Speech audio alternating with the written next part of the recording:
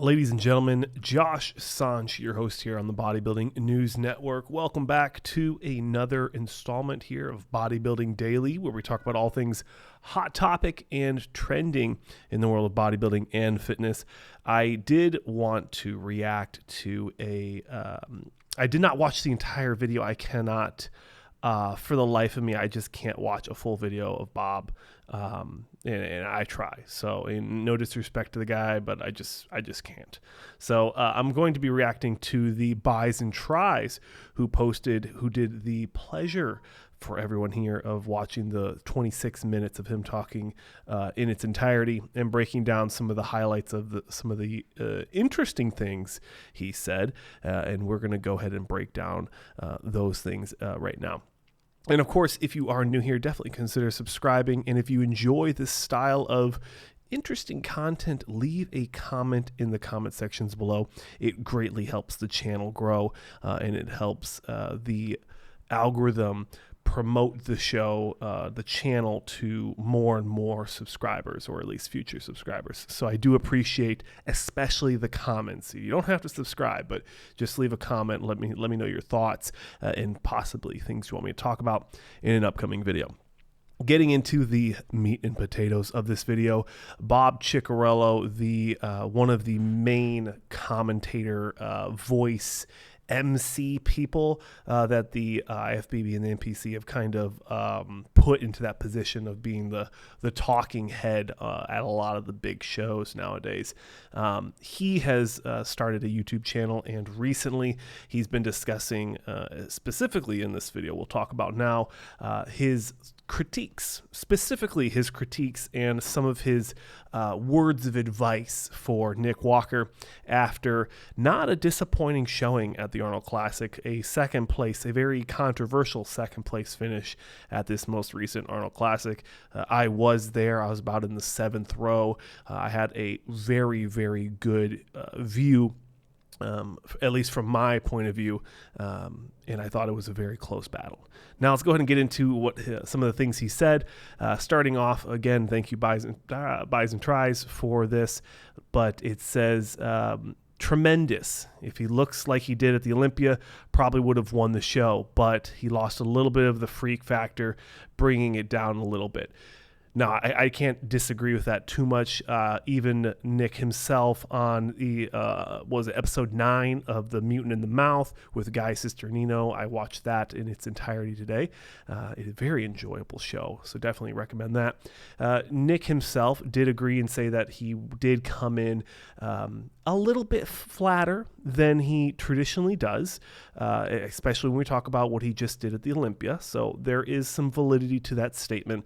He also mentioned, Nick Walker specifically mentioned, that he had some, maybe not food poisoning or food sickness, but some sort of illness that caused him to have a lot of diarrhea the day before the finals, so possibly even before prejudging. I can't remember the timeline specifically, but he was having some health issues coming into the show, which definitely could have affected his presentation. He did look smaller, and that's probably a huge reason, as he wasn't able to keep the food down.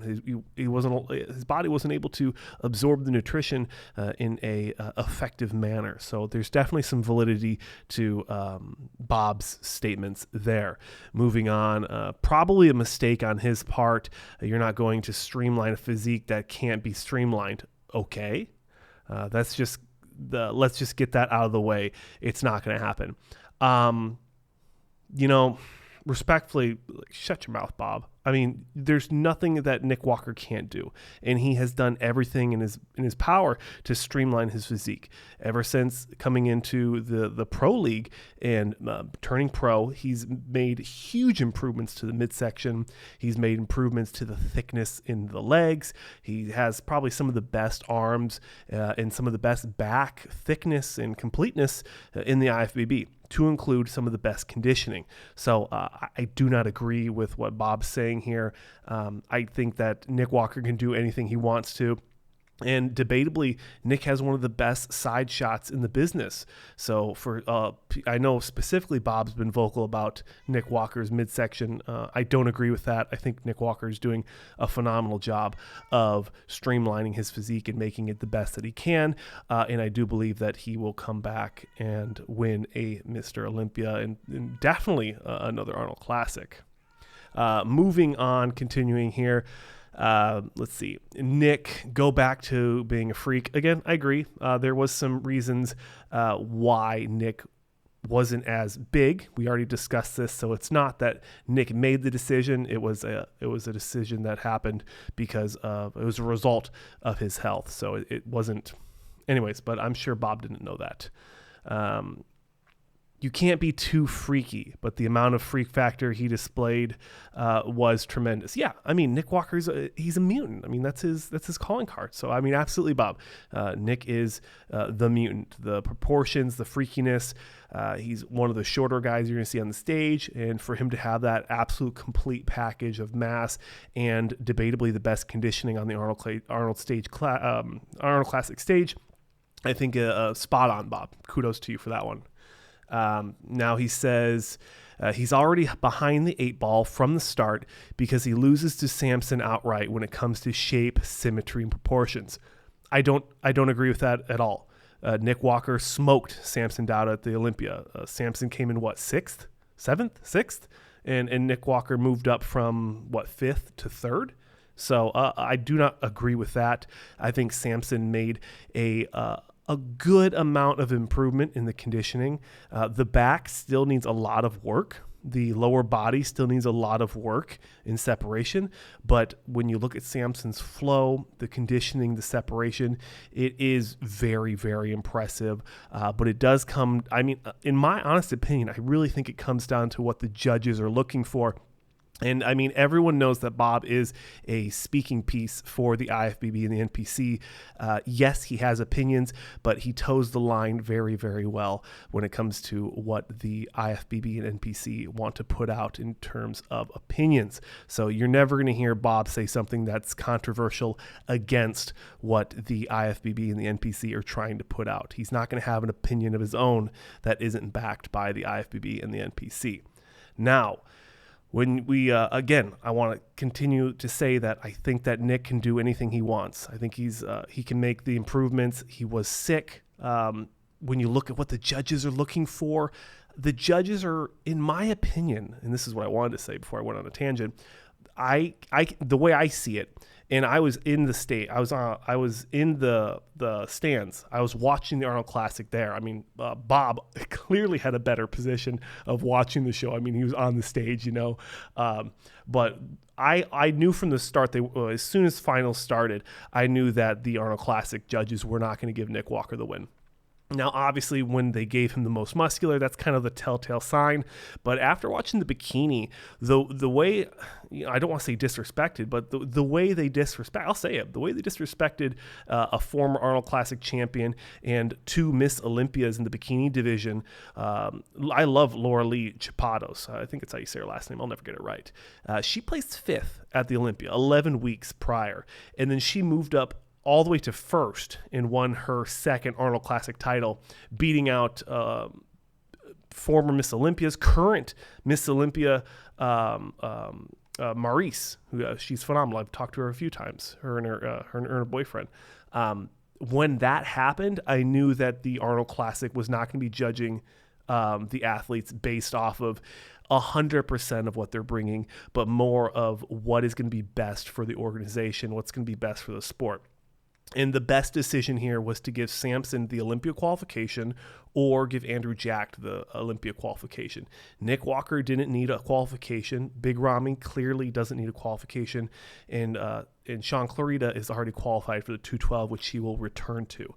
So, again, did Samson earn the Arnold Classic title? I wouldn't argue that. I think it could have went either way. I think anyone in the top 3 could have won that show, and I think it would have been fine. But to come on here and then just bash someone saying that what you did was wrong, when clearly it was a medical issue that caused Nick Walker to be downsized, I don't agree with. So that's the main reason I'm making this video. And to conclude, as my cat is enjoying the open door and the fresh air, Bob Cicherillo continues saying he might have a great back. Shows are not won from the back. What delusional world is Bob Cicherillo living in? And this further solidifies the case that this guy is just a talking piece for the IFBB and the NPC. Ever since at least the 90s, the saying is shows are won from the back. So for Bob to sit there for 26 minutes and just spew this garbage talking about that shows are not won from the back. I mean, this is the same guy that says that blank backdrops are a bad idea, when that's clearly the best decision for the athletes and for the content. It's really hard to take this guy seriously when he makes these kind of videos. But I dare guess, let's get this video over with. He might have a great back. Shows are not won from the back. And if they are, they can be lost from the front. Again, I would agree with that. I think Samson did have a very impressive proportion and flow in the front. I think that he is severely lacking in the lat department from the back and from the front, and I think he doesn't need to make those improvements. Maybe it could be an elbow positioning. He could bring the elbows down a little bit, kind of like how Chris Bumstead does it. I think that helps Chris with his width and thickness in the lat department, especially from the front and from the back. Honestly, it does help out a lot. He says Samson waxed him all day from the front. Overall, Samson had a better physique. Gosh, it's just a hard pill to swallow. And I know Bob likes to have an opinion, and the IFBB have given him the position to be able to talk on this large platform that he has. I mean, the YouTube channel is not that big, but his position is big, and his name is big. And I think it's important for us as me as a fan, and also as a channel that's growing within the media space, to understand that we have to understand the intentions of what people are saying. Just like politicians, you have to understand, who's paying their bills. And Bob speaks for the IFBB and NPC. He always has, and he will continue to do that until he says some stuff that actually comes from his own opinions.